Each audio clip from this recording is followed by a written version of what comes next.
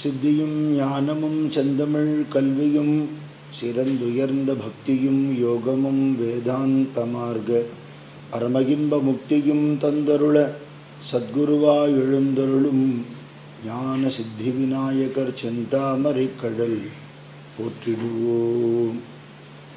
கல்லாலின் புடையமர்ந்து நான் மறை ஆரங்கம் முதல் கற்ற கேள்வி வல்லார்கள் நால்வருக்கும் வாக்கிறந்த பூரணமாய் மறைக்கும் அப்பாலாய் எல்லாமாய் அல்லதுமாய் இருந்ததனை இருந்தபடி இருந்து காட்டி சொல்லாமற் சொன்னவரை நினையாமல் நினைந்து பவத்தொடக்கை வெல்வாம்.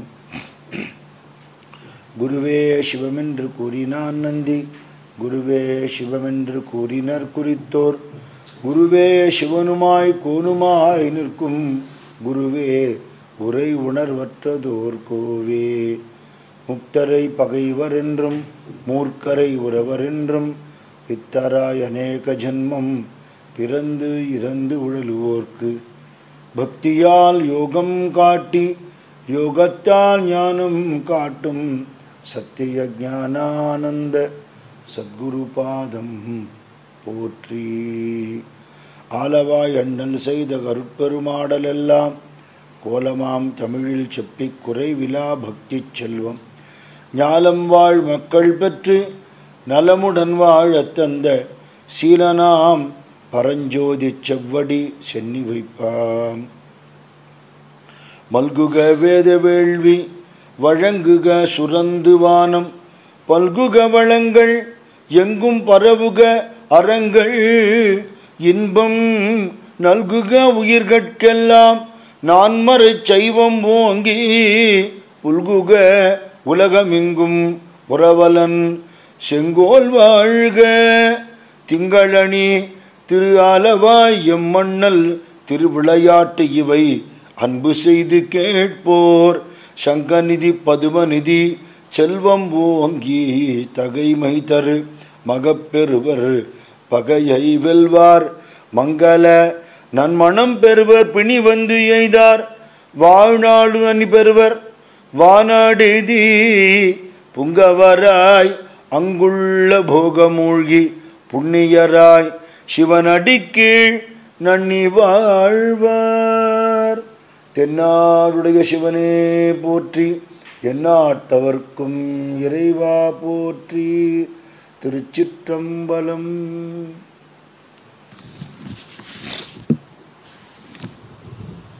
அறுபத்தி நாலாவது படலமாக வன்னியும் கிணறும் லிங்கமும் அழைத்த படலம் அப்படின்னு சொல்லக்கூடிய சம்பூர்ணமான படலம். ஞானசம்பந்த மூர்த்திகள் பாண்டிய நாட்டில் திருப்பியும் சிவபக்தி தழைக்கும்படியாக பண்ணினாருங்கிறத முந்தின படலத்தில் சொன்னார். இப்போ இந்த படலத்தில் ஒரு வணிகன் மகள், அவளோட வாழ்க்கை பரிபூர்ண நிலையில் அவளுக்கு திருப்பியும் வாழ்க்கை கொடுத்து அதுக்கு பகவானை சாட்சியாக வச்ச ஒரு சரித்திரத்தை சொல்கிறார். கடற்கரை பட்டினத்தில் பாண்டிய நாட்டை ஒட்டினாப்பில் இருக்கிற ஒரு கடற்கரை பட்டினம். இப்போ உத்தரகோசம் அங்கெல்லாம் சமுத்திரக்கரையில் தான் இருக்குது, ராமநாதபுரம் சமுத்திரக்கரையில் தான் இருக்குது. அது மாதிரி உள்ள ஒரு கடற்கரை பட்டினத்தில் ஒரு செல்வ வணிகன் இருந்திருக்கான். அவன் குழந்தை பாக்கியம் இல்லாமல் ரொம்ப வருத்தப்பட்டு கோவில்களெல்லாம் நிறைய பிரார்த்தனைகள்லாம் பண்ணி, இந்த காலத்தில் உள்ளவாள்லாம் புரியாமல் பரிகாசம் பண்ணுவாள். குழந்தை பிறக்கலைன்னா டாக்டரை போய் பார்க்கணும்பா. அந்த காலத்து வழக்கம் அது இல்லை. வைத்தியருக்கெல்லாம் பெரிய வைத்தியர் வைத்தியநாத சுவாமி தான். அதனால் பகவானை தான் வேண்டிப்பா, பிரார்த்தனை பண்ணுவா. மணி மந்திர ஔஷதம்னு மருந்தும் சாப்பிடுவான். அதுக்கு பிராதானியம் கொடுக்க மாட்டான். ஆஸ்பத்திரியிலேயே போட்டிருப்பா, வி ட்ரீட் ஹீ க்யூர்ஸ்ன்னு போட்டிருப்பான். டாக்டர்ஸே சொல்லுவா, கடவுளை நல்லா வேண்டிக்கோங்க அப்படின்பா. ஏன்னா இவன் முயற்சி பண்ணலாம், பலன் கொடுக்கறது பகவான் தானே. அதனால் சந்ததி பிராப்தி வேணும்னா பகவானை வேண்டிக்கிறதுங்கிறது தான் வழக்கம். அதுக்கான முறைகள் என்னவோ, பூஜைகளோ, விரதங்களோ, ஹோமங்களோ எல்லாம் பண்ணுவாள். அப்படி பிறக்கிற குழந்தை ரொம்ப சிறந்ததாக, அதுக்கு தெய்வ அருள் உள்ளதாக இருக்கும். காரணம் என்ன? தவமிருந்து பெற்றதுன்னு சொல்லுவா இல்லையா, அதுக்கு ஒரு வேல்யூ உண்டு. அப்படி அவளுக்கு ரொம்ப நாள் கழிச்சு ஒரு பொன் குழந்தை பிறந்தா. அந்த குழந்தை பிறக்கிறதையே அவள் அப்பா நினச்சிண்டாராம், இந்த பொண்ணுக்கு என்னுடைய சகோதரி மகன் மதுரையில் இருக்கான், அவன்தான் மாப்பிள்ளை, அவனுக்கு தான் கல்யாணம் பண்ணி கொடுப்பேன் அப்படின்னு நினச்சிண்டாரான். இது ஒன்றும் சிக்கல் தெரியல நமக்கு சாதாரணமாக. விஷயம் என்ன, அவன் ஏற்கனவே கல்யாணம் ஆனவன். இந்த குழந்தை பிறந்திருக்கு, இது மனப்பருவம் வரும் பொழுது அந்த காலத்தில் சின்ன வயசில் கல்யாணம் பண்ணி கொடுத்துருவா. அப்போ கூட அவன் நடு வயசை தாண்டிடுவான் இல்லையா. ஆனால் அவரோட எண்ணம் எப்படி இருக்கு, பணங்காசு இருக்கு, நம்ம இனத்தை சேர்ந்தவன்னு எவனுக்காக கல்யாணம் பண்ணி கொடுத்துட்டு திண்டாட முடியுமா இல்லையா. அதனால் நல்ல குணம் இருக்கிறவன், எனக்கு தெரிஞ்சு நம்ம இனத்தில் என் மருமா மாதிரி நல்லவனை நான் பார்க்கல. அவனும் வியாபாரம் பண்ணுறான், ரொம்ப நேர்மையாக இருக்கான், ரொம்ப நல்லவனாக இருக்கான். என் மருமாங்கிறதுக்காக இல்லை, ஊர்லேயே அவனுக்கு நல்ல பேர், அவனை பற்றி யார் விசாரித்தாலும் சொல்கிறான். அதனால் அவனுக்கு தான் கொடுக்கணும்னு தீர்மானம் பண்ணிட்டான் அந்த ஆள். பொண்ணு நன்னா வளர்ந்து மனப்பருவம் அடைஞ்சு விட்டான். 15-16 வயசு இருக்கலாம். ஏராளமான செல்வம், திரண்ட சொத்துக்கள் அவளுக்கு. மருமானுக்கும் அப்படிதான், நல்ல வசதி. அவன் மதுரையில் இருக்கான், மனைவியோடு இருக்கான். மாமா அப்படி பிரதிஜை பண்ணினது அவனுக்கு முதல்ல தெரியாது போல இருக்கு, அப்படிதான் சரித்திரம் சொல்றது. வீட்டில் தெரியும். தன்னுடைய பந்துக்களுக்கெல்லாம் அங்கே இருக்கிறவாட்ட சொல்லியிருக்கார். பொண்ணுக்கு நிறைய நகை நட்டு சேர்த்து வச்சிருக்கார். ரொம்ப விமர்சையாக கல்யாணம் பண்ணுறதுக்கு எல்லா ஏற்பாடும் பண்ணியிருக்கார். விமர்சைன்னா என்ன தெரியுமா, சம்பிரதாயம் விடாமல் கல்யாணம் பண்ணுறது. அது முதல்ல, அதில் காம்ப்ரமைஸ் கிடையாது. அடுத்தது என்ன, கல்யாணத்தை சாக்கு வச்சு வேதம் படித்தவாளுக்கு நிறைய சமர்ப்பணம் பண்ணணும். அப்புறம் என்ன, பொது ஜனங்களுக்கு வேணுங்கிறதுலாம் கொடுக்கணும். அன்னம் விட்டு வஸ்திரம் பண்ணுதான் வஸ்திரம் கொடுத்து. என் வீட்டில் கல்யாணம் நான் சந்தோஷமாக இருப்பேன், என் வீட்டில் இருக்கிற கல்யாணத்தினால ஊர் சந்தோஷப்படணும் இல்லையா. அப்படிலாம் இருந்திருக்கு ஒரு காலத்தில். ஊர் அடைச்சி பந்தல் போட்டு 4 நாள் கல்யாணம் பண்ணி, கச்சேரி என்ன, வேதபாராயணம் என்ன எல்லாம் வைப்பா. அரவாளுக்கெல்லாம் சாப்பாடு போடுவா. எல்லாரும் மனசும் சந்தோஷப்படும். அந்த சந்தோஷத்தில் இந்த குழந்தைகள் நன்னா இருக்கட்டும் நம்ம சொல்லுவா இல்லையா, அந்த ஆசீர்வாதம் வேணும் இல்லையா. மனசு நிறைஞ்சு வயிறு நிறைஞ்சு பண்ணிட்டான் பாரு கல்யாணம், அப்படி ஒரு கல்யாணம் பண்ணிட்டான். என்ன ஒரு கச்சேரி, என்ன எப்படின்னா ஒரு நாதஸ்வரம், என்ன ஒரு சாப்பாடு, என்ன ஏற்பாடுன்னு சொல்லுவா இல்லையா, அந்த ஆசீர்வாதம் வேணும். அதுக்காக அப்படி தான் பண்ணுவாள். ரொம்ப செலக்டடாக தலை எண்ணி கூப்பிட்டு, நீங்கள் வரதா இருந்தால் முன்னாடி இன்ஃபார்ம் பண்ணுங்கன்னு RSVPன்னு வேறு கீழே போட்டு, இப்போ பார்க்குற கோலம் இதெல்லாம். அப்புறம் என்னன்னா, காத்தால டிஃபன்னு சொல்லிட்டு 25 ஐட்டம் போடுறான். நன்னா தெரியும் 2-3 ஐட்டத்துக்கு மேலே எவனையும் சாப்பிட மாட்டான்னு. அவ்வளவு குப்பை கூடைக்கு போகிறது இல்லையா. சாப்பாடுன்னு ஏகப்பட்ட ஐட்டம், அது பேரை கேட்டாலே நமக்கு புரிய மாட்டேங்கிறது. அந்த மாதிரி ஐட்டங்கள்லாம் போடுறான், தலையை சுத்தம். அப்படி டம்பத்துக்கு ஜம்பத்துக்கு கல்யாணம் பண்ணுறான். லைட் மியூசிக்னு போட்டு காதை கிழித்து அவன் என்னென்னமோ பாட்டெல்லாம் பாடுறான். அப்புறம் திருமங்கலி தானம் ஆன உடனே சுற்றி எல்லோரும் நின்றுண்டு டபக்குன்னு அப்படி அழுத்துறா, ஒரு குழல் மாதிரி. அதுலேருந்து இருக்கிற ஜிகினா பேப்பர்லாம் குப்பை மாதிரி கிளம்பி அத்தனை மந்திரம் சொல்லி போட்ட ஓம குண்டத்தில் போய் விழருது. இந்த வீடியோ எடுக்கிறவன் வாத்தியார் ஒரு இடி இடிக்கிறான், எல்லா குத்தியும் நம்ம பார்க்குறோம் இல்லையா. இது விமர்சை இல்லை. விமர்சைங்கிறது சம்பிரதாயம் விடாமல், தர்மம் விடாமல் பண்ணுறது, எல்லா ஜனங்களுக்கும் சந்தோஷத்தை கொடுக்கறது. ஃபோட்டோ ஷூட்டுன்னு ஒன்று பண்ணுறா, கல்யாணத்துக்கு முன்னாடியே இவனே தனியாக ஒரு சினிமாவே எடுத்துப்படுறான். எல்லா கூத்தும் நடக்கிறது பார்க்கறதுக்கு சகிக்கலை. ஆனால் அவள் சந்தோஷமாக வாழறதுக்கு இந்த இன்ஷூர் பண்ண முடியுமா வாழலை? எது பண்ணும்? முறையாக சொல்லப்பட்ட மந்திரங்கள், ஸ்ரத்தையோடு பண்ணுற கர்த்தா, அந்த கல்யாணத்துக்கு வந்து ஆசீர்வாதம் பண்ணுற பெரியவா, அங்கே மேடையில் இருக்கிற சுவாமி. சந்தர்ப்பம் வர்றதுனால எல்லாத்தையும் மனசுக்கு தான் கொட்டிவிடுறேன். மேடையில் சுவாமி வைக்கிறா நியாயம். பித்திருக்கள் படமெல்லாம் வைக்கிறதுங்கிறது நம்ம சம்பிரதாயத்தில் இல்லவே இல்லை. இப்போ நிறைய கல்யாணங்களில் பார்க்குறோம். பையனோட அப்பா வச்சுட்டாருன்னு உடனே நம்ம எங்கள் அப்பா அம்மா என்ன குறைஞ்சி போய்ட்டா அவளை கொண்டு வைங்க. அப்புறம் உறவுகாரா தாத்தா பாட்டின்னு பார்த்தா ஒரு பித்ரு மண்டலமே இருக்கு. கயால் இருக்க வேண்டியதெல்லாம் கல்யாண மண்டபத்தில் இருக்குது. நியாயமாகவே தெரியல. மதிக்க வேண்டியதுதான். ரூம்குள்ளே வச்சுக்கோங்க. நம்ம சம்பிரதாயம் என்ன தெரியுமோ, நாந்தி ஸ்ராத்தம்னு சொல்லிட்டு மந்திர ரூபமாக அவளை வரித்து அந்த பிராமணாளுக்கு உண்டான மரியாதை பண்ணுறா. பித்திருக்கள் சந்தோஷப்படுவாங்கிறதா. நம்ம இந்த படத்தை வைக்கிறது, இலையை போட்டு படையல் பண்ணுறது, இதெல்லாம் நமக்கு வழக்கம் இல்லை. அப்படி பண்ணாதான் பித்திருக்களுக்கு போகுங்கிற கட்டாயமும் இல்லை. தேவதா மூர்த்திகளை வச்சுருக்கிறது பித்திருக்கள் எப்படி வைப்பேள்? சில பேர் பூஜா கிரகத்தில் கொண்டு வைக்கிறா. வீட்டில் ஒரு ஆற்றுக்கு பூஜைக்கு போயிருந்தேன். உங்கள் கையால் புஷ்பம் போட்டு கற்பூரார்த்தி காட்டுங்கோன்னா, இவாளுக்கெல்லாம் நான் எப்படி காட்டுவேன்னு. இவாளை நீங்கள் எங்கே வைக்கணுமோ அங்கே வைங்க. பூஜா கிரகங்கிறது நீங்கள் மட்டும் இல்லை, ஆற்றுக்கு யாரோ ஒரு பெரியவா வந்து அவள் பூஜை பண்ணணும் முடியணும், அவள் நமஸ்காரம் பண்ண முடியணும். மகான்கள் யார் வேணால் வைங்கோ, தேவதா மூர்த்திகள் வைங்கோ. நானும் எங்கள் அப்பா அம்மாவை தினமும் நமஸ்காரம் பண்ணுறேன். தனியாக அவளோட ஃபோட்டோ ரூமில் வச்சுட்டுருக்கேன். பிரம்மோபதேசம் பண்ண குருங்கிறதுனால ஒரு வேளை சந்தியாங்கிறதுலையும் அம்மா அப்பாவை நினச்சிக்கிறேன். அதுதான் கடமையே தவிர இல்லையா. மற்ற இல்லாத பழக்கங்கள்லாம் வந்துடுத்துப்போம். ஒரு கல்யாணத்துக்கு போயிருக்கேன், மேடையில் சாமி வச்சுருக்கா, புத்திருக்கள் வச்சுருக்கா, அது ஒரு பக்கம் இருக்கட்டும், அது கூட பரவாயில்லைங்களாம். அந்த ஆற்று பசங்க, சம்ஸ்காரமான குடும்பத்தை சேர்த்த பசங்க சாமி வச்சிருக்கிறதுக்கு ஒரு 10 அடி தள்ளி செருப்பு ஷூ போட்டுன்னு மேடையிலேயே நடமாட்டான். தெய்வீக சாநித்தியம் எப்படி இருக்கும் இல்லையா?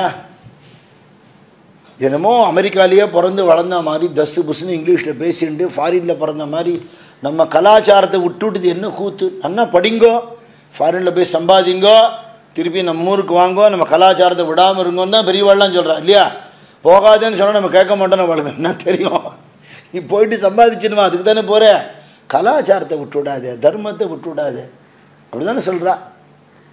இந்த முறைப்படி பண்ணுற கல்யாணத்துக்கு அத்தனை வேல்யூ உண்டு. எல்லாம் சேர்த்து வச்சுருக்கான் பிரமாதமாக. கல்யாணம் பண்ணி கொடுக்க போகிறேன்னு அவள்கிட்ட சொல்லிட்டான். உன் முறை பையனுக்கு தான் உன்னை கொடுக்க போகிறேன் அப்படின்னு சொல்லிட்டான். அந்த பொண்ணும் என்னப்பா இது, என் வயசு என்ன, அவர் வயசு என்ன, அவர் கல்யாணம் வேறு ஆகிடுத்தே, 2ஆம் தரமாக வாழ்க்கப்படணுமா, வேறு நல்ல மாப்பிள்ளை பாருங்கன்னு சொல்லவும் இல்லை. எங்கள் லைஃப்பை நாங்கள் பார்த்துக்குறோம், வயசானவாளா லட்சணமாக வாய முடின்றுங்கன்னு சொல்லலை. ஒரு பையன் ஒரு பொண்ணை லவ் பண்ணினார். இப்போ அவர் வயசாகிடுறதுனால அவர்னு சொல்கிறேன். அப்பாவை கூட்டின்னு போகிறார். என்ன, நான் தீர்மானம் பண்ணிட்டேன், அவளை தான் மன்னிக்க போகிறேன், பெரியவாளை லட்சணமாக வந்து வாயை முடின்னு இருக்கணும், திறக்கப்படாத வாயை அப்படி மிரட்டி கூட்டின்னு போயிருக்கார். அப்பாவும் வேறு வழி இல்லாமல் போயிட்டு வந்துவிட்டார். கல்யாணம் ஆகிடுத்தேன். இப்போ என்ன ஆச்சு, வாயை திறக்கப்படாதுன்னு ஒய்ஃப் இவரை பார்த்து சொல்லி இவர் வாயை திறக்க முடியாமல் ஆகிட்டார். இந்த சென்டென்ஸ் அங்கே வந்துடுத்தோம். அதனால் அபச்சாரப்பட்டுவிட்டா தப்பு இல்லையா? எதிர்த்து பேசலை. என்னோட வாழ்க்கை எங்கள் அப்பா அம்மா கையில் இருக்கு, அவள் எனக்கு என்ன பண்ணி கொடுத்தாலும் அது சரியாக தான் இருக்கும்னு அப்படி ஒரு நம்பிக்கை. குணவான்கிறத தான் பார்த்துருக்கார். பாக்கி வயசு வித்தியாசம் இருக்குங்கிறத பார்க்கல. வசதிக்காக, வசதியானவர் தான் அவரும், வசதிக்காக சொல்லலை. அம்மா அவன் ரொம்ப நல்ல பையன்மா, நல்ல சிவபக்தி உள்ளவன், குணவான், ஒரு கெட்ட பழக்க வழக்கம் கிடையாது. நீ நன்னா இருக்குன்னு யாரையாவது நீ சொல்லி நான் பண்ணி வச்சு வாழ்க்கை குட்டிச்சு வர போயிடுமே, அதனால் நீ பண்ணிக்கோன்னு அந்த பொண்ணு ஒத்துண்டுது.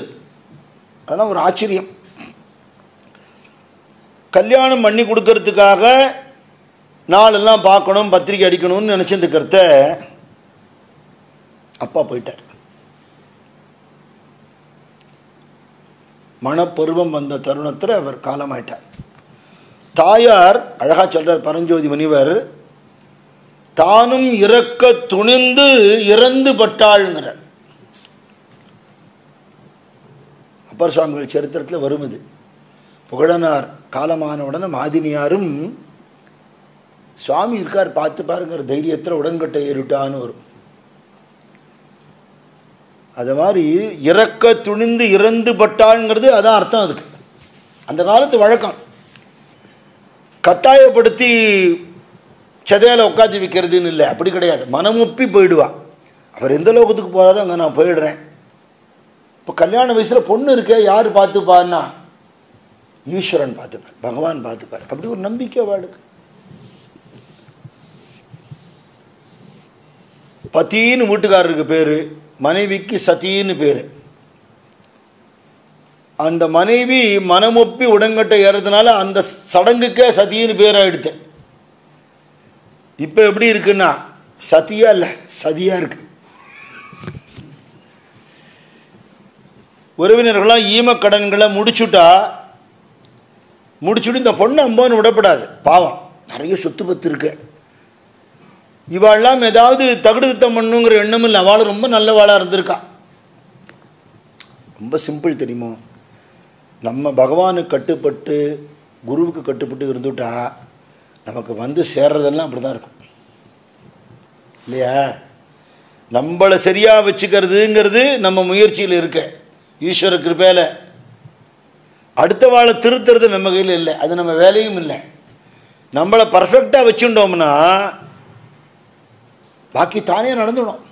சுவாமி விஞ்ஞானானந்தர்னு பரமஹம்சர் சிஷ்யர், அவர் சொல்கிறார், உனக்கு ஒரே ஒரு வேலை தான்ப்பா இருக்கு, கீப் யுவர் மைண்ட் பியூர், அவ்வளோதான். அதுக்கப்புறம் என்னென்ன, அந்த இடத்துல சுவாமி வந்து உட்காந்துருவார். அதுக்கப்புறம் உனக்கு வேலையே இல்லை, எல்லாத்தையும் அவர் பார்த்துப்பார். சித்த சுத்தியை மட்டும் ஜாக்கிரதையாக பார்த்துக்கோ, மனசு கெட்டு போகாமல் கண்டாமினேட் ஆகாமல் பார்த்துக்கோ. அப்படி நல்லவா இருந்திருக்கா. அவள்லாம் என்ன பண்ணினா, சுபமான உடனேயே இந்த மதுரையில் இருக்கானே ஒரு மருமான், அவனுக்கு ஒரு ஓலை எழுதினான். இது மாதிரி மாமா காலமாயிட்டார்,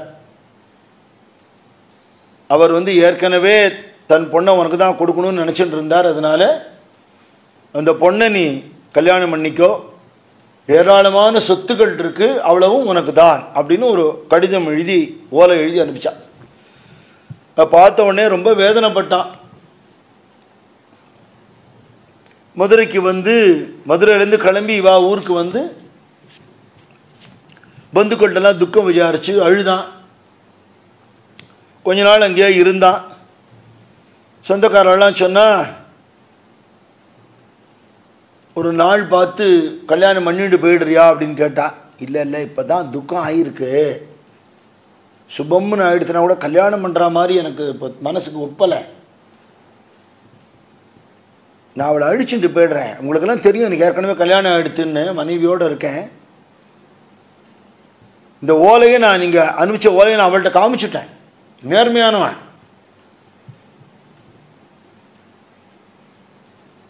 அதனால் அவள் எதிர்க்க அவள் சம்மதத்தோட மதுரையில் இருக்கிற எங்கள் சொந்தக்காராலும் சம்மதித்து முறையாக நடக்கணும், திருட்டுத்தனமாக பண்ணிக்கூடாது. இப்போ இது எனக்கு இன்னொரு பொண்டாடி கிடச்சிட்டான்னு சந்தோஷப்படுற விஷயம் இல்லை, இவளுக்கு நான் வாழ்க்கை கொடுக்கணும் இல்லையா? முதல் பொண்டாடி எதுக்கு ஒத்துண்டாலோ தெரியல, நிறைய சொத்து வருதுங்கிறதுக்காக சரி விட்டாலோ என்னமோ தெரில, நான் அழைச்சிட்டு போய் அங்கே பண்ணிக்கிறேன்னு விட்டான். அதனால் ஏராளமான ஆட்கள் பரிஜனங்கள் மூட்டை மூட்டையாக எடுத்துன்னு போக முடிஞ்ச செல்வங்கள்லாம் எடுத்துட்டான். அந்த பொண்ணுக்கு சகாயத்துக்கு சில தோழிகள் பெண்கள், இவனுக்கு சகாயத்துக்கு சில ஆட்களோடு கிளம்பி இந்த முதல்ல ஒரு கோஷ்டியை மதுரைக்கு அனுப்பிச்சுட்டு இவ கிளம்பி வந்துட்டுருக்கா. ஒரு நாளைக்கு ஒரு காத தூரம் அப்படிங்கிற மாதிரி கணக்கு பண்ணி, ஏன்னா புருஷாள் நடந்து போகிறது வியாபாரிகள் நடந்து போகிறதுங்கிறது வேறு, பொம்பு நாட்டுகள் அழிச்சுட்டு போகிறது அதுக்கேற்ற மாதிரி போகணும். சமீபத்தில் ஒரு வயசான மாமி சொல்லிட்டு இருந்தா, மாமா மாமி 2 பேரும் வந்துட்டு மாமா ஸ்டிக்கத்துக்குன்னு இப்படி இப்படின்னு போயிட்டார். மாமி சொன்னால் கல்யாணம் ஆனதுலேருந்து இப்படித்தான், நான் மெதுவாக தான் போவேன், அவர் பாட்டுக்கு போயிடுவார், நான் வரேனான்னு கூட பார்க்க மாட்டேன். அப்படி சில பேர் உண்டு. பொம்மை நாட்கள் அவளை நிறுத்தி நிதானமாக அழிச்சுட்டு போகணும். அப்படி ஒரு நாளைக்கு ஒரு காத தூரமாக நடந்து திருப்புரம்பியம்னு ஒரு ஊர், அந்த இடத்துக்கு வரா. இருட்டு போயிடுத்துங்கிறதுனால அங்கேயே தங்கலான்னு நினச்சுண்டா. அங்கே ஒரு கிணறு இருக்கு, பக்கத்தில் லிங்க திருமேனி சுவாமி இருக்கார், ஒரு வன்னி மரம் இருக்கு. அந்த கிணத்துல எல்லாரும் களத்தீர ஸ்நானம் பண்ணா, விபூதி விட்டுண்டா, சமையல் பண்ணுற ஆட்கள் இருக்கா, சமைச்சு சாப்பிட்டா, சுவாமிக்கு நிவேதனம் பண்ணிட்டு தான் ஆகாரம் எடுத்துண்டா. மரத்தடியில் படுத்துனுடுவோம் ராத்திரி நேரம் அப்படின்னு படுத்துண்டா. இந்த பொண்ணு தோழிகளோடு படுத்துட்டுருக்கு. இந்த ஆள் சின்ன சன்னதியாக இருக்குது, அதை படியிலேயே தலையை வச்சு அப்படியே படுத்துனுட்டான்.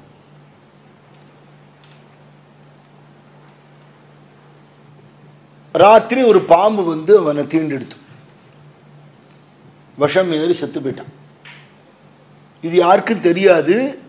யாரோ நடுராத்திரி ஏந்துண்ட அவ வேலைக்காரால் ஒரு ஆள் பார்த்துவிட்டு, என்ன ஒரு மாதிரி படுத்துட்டு இருக்காரேன்னு கிட்ட பார்த்தா வாயில் நுர தள்ளி இருக்கு, நீளம் பாரிச்சிருக்கு, அச்சோ அப்படின்னு சொல்லி அலறி எல்லாரும் ஓடி நாடியெல்லாம் பிடிச்சி பார்த்தா போயிட்டாருன்னு தெரியறது.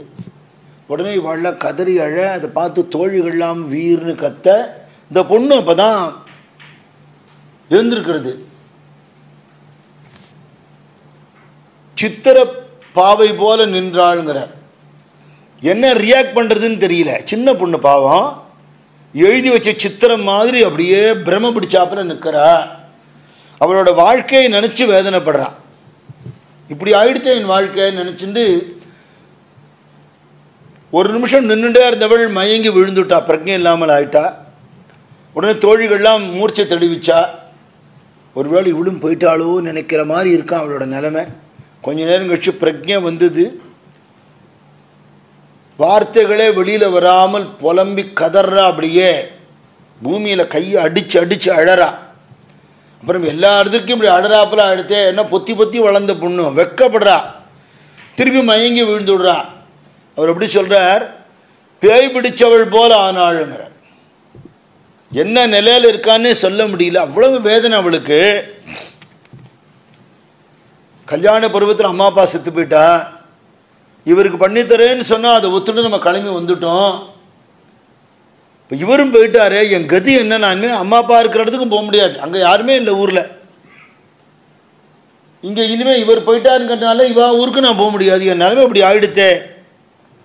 என் நாயகனேவோ என் இரு கண்மணியேவோ, என்ன ஈன்றான் தன் ஆவி என்ன தனி மருகாவோ முருகாவோ. அழகான இடம். என் அப்பாவுக்கு பிடிச்ச மருமகனே எனக்கு முருகனேங்கிறாளாம். முருகப்பெருமான் மாதிரி அவ்வளோ அழகா இருப்பாரா, அவ்வளோ குணவான். என் நாயகனே என் இரு கண்மணியே, என்ன ஈன்றான் தன் ஆவி என்ன தனி மருகா முருகா. தாரார் முல்லை மன்னாவோ வணிக குலமணியேவோ, விடாரவின் வாய்ப்பட்டாயோ உன்னாக நிழலான என்னை விடுத்து எவ்வண்ணம் ஒளிப்பதையோ. நிழல் மாதிரி தொடர்ந்து வந்தேனே, நிழல் கதி இல்லாமல் இருக்க நிஜம் போகலாமா? எப்படி என்னை விட்டு போனீங்க நீங்க? வணிகர் குலத்து நாயகன், என் வாழ்க்கைக்கு நாயகன். என் துரதிருஷ்டம் என்ன, கல்யாணம் ஆனவன் போனான்னு பொண்டாட்டி மேலே விழுந்து அழுவா, அது கூட எனக்கு வழி இல்லை, நான் தொட முடியாது ஒன்று. அப்படிலாம் இருந்திருக்கு ஒரு காலம். இந்த பாணி கிரகணம்னு ஆறதுக்கு முன்னாடி தொடரதில்லை அப்படின்னு ஒரு காலம் இருந்திருக்கு. இப்போ உள்ளதை பற்றிலாம் பேசவே கூடாது. நிழல் மாதிரி தொடர வேண்டிய நான் நிற்கிறேன், நீங்கள் போயிட்டாளே. எங்கே போயிட்டேன்? மேல் உலகத்துக்கு போயிட்டாளோ, மாமா மாமியை பார்க்கணுன்னு போயிட்டாளோ. என்னையும் கூட்டின்னு போயிருந்தேன், எங்கள் அப்பா அம்மாவை நானும் பார்ப்பேன் அப்படிலாம் சொல்கிறா. இந்த கொடுமையை பார்க்காமல் முன்னாடி போன எங்கள் அப்பா அம்மா 2 பேரும் பாக்கியசாலிகள். அட நடக்கிறதா நடக்கணும், என் தலையெழுத்து இப்படி தான் ஆகணும்னு இருக்குது. தாலியை கட்டிட்டு போயிருந்தேன்னா கூட எங்கள் அம்மா உடங்கட்டி ஏறினா அப்புறம் நான் ஏறி இருப்பேனே, அதுக்கு எனக்கு வழி இல்லையே. அப்படிலாம் கதறா.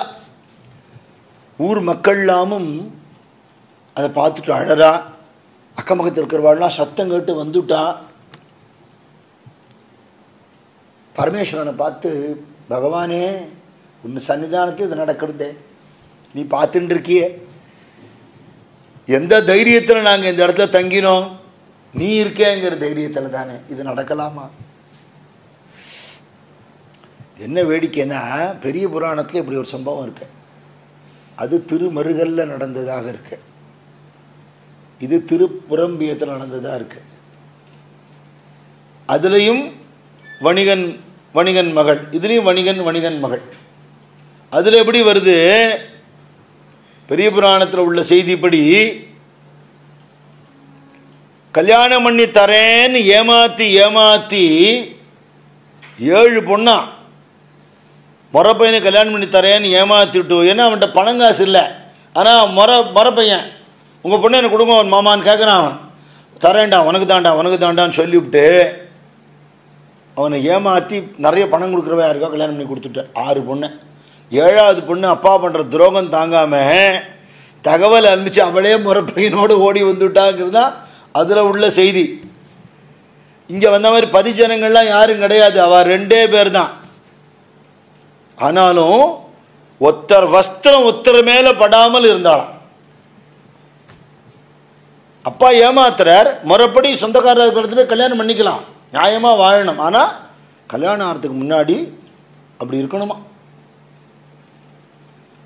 இவர் ஒரு இடத்துல படுத்துட்டு இருக்கார், அந்த பொண்ணு ஒரு இடத்துல படுத்துட்டு இருக்கு.